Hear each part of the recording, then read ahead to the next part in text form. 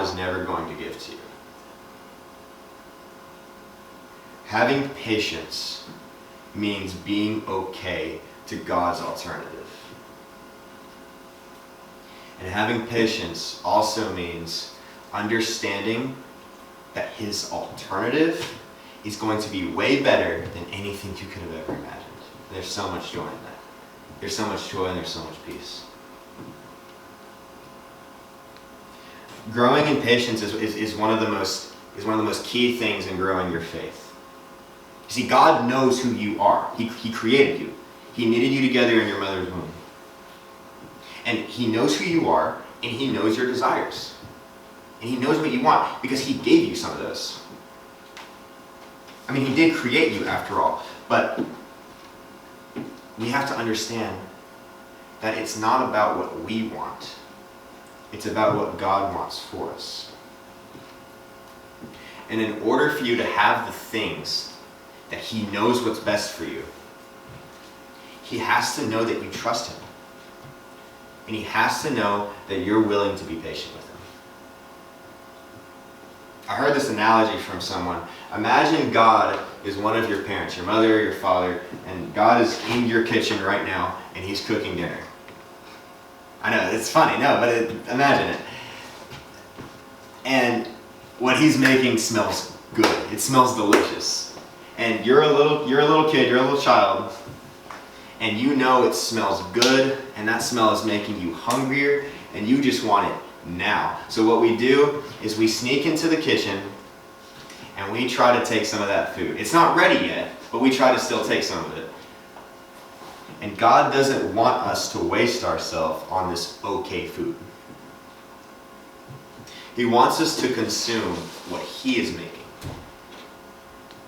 And so what he does is he picks us up, he places us outside the kitchen, and he tells us to wait.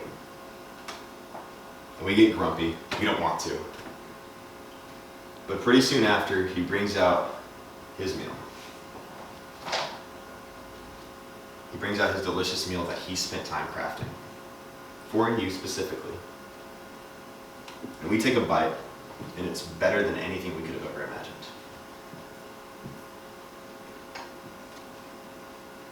Again, I know waiting is hard. And I know trying to stay content in a season of waiting is also hard. But there are two different ways we can look at this. We can say, oh, but if God would only just, financially support me so that I could do the things that I want, and I can go to the places I want, I would just have so much more peace, I would have so much more joy. But I know in Luke 3:14, Jesus says to be content with my pay. So I'm actually going to trust him on this one. Or, oh, but if I could only go to the college, my dream college, and I could get my degree, my life would be set. Lord, why can't you just open that door for me? Oh, but actually I remember in Jeremiah 29, verse 11, God says that he knows the plans for my life. So I'm actually going to rejoice that I'm not in control, because I know I'd lose control pretty quickly. Or, oh, but I see all these happy couples around me with their boyfriend or their girlfriend, and I just want that so badly. God, why can't you just give me a husband or a wife? But you know what? Actually, I remember in 1 Corinthians 7, Paul talking about how the unmarried man or the unmarried woman is blessed because they have full attention to God now. So even though I desire that, I'm actually going to rejoice, because in this season, I can just focus on you. There's two different ways to look at it. We can wait and be needy, or we can wait and be patient.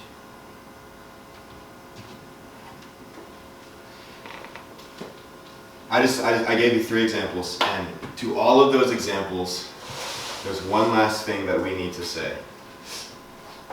There's one last thing that any follower of Christ would say. And that is, Lord, if you decide not to give me the thing that I want, it's okay. Your will be done. And I will rejoice in whatever you have prepared for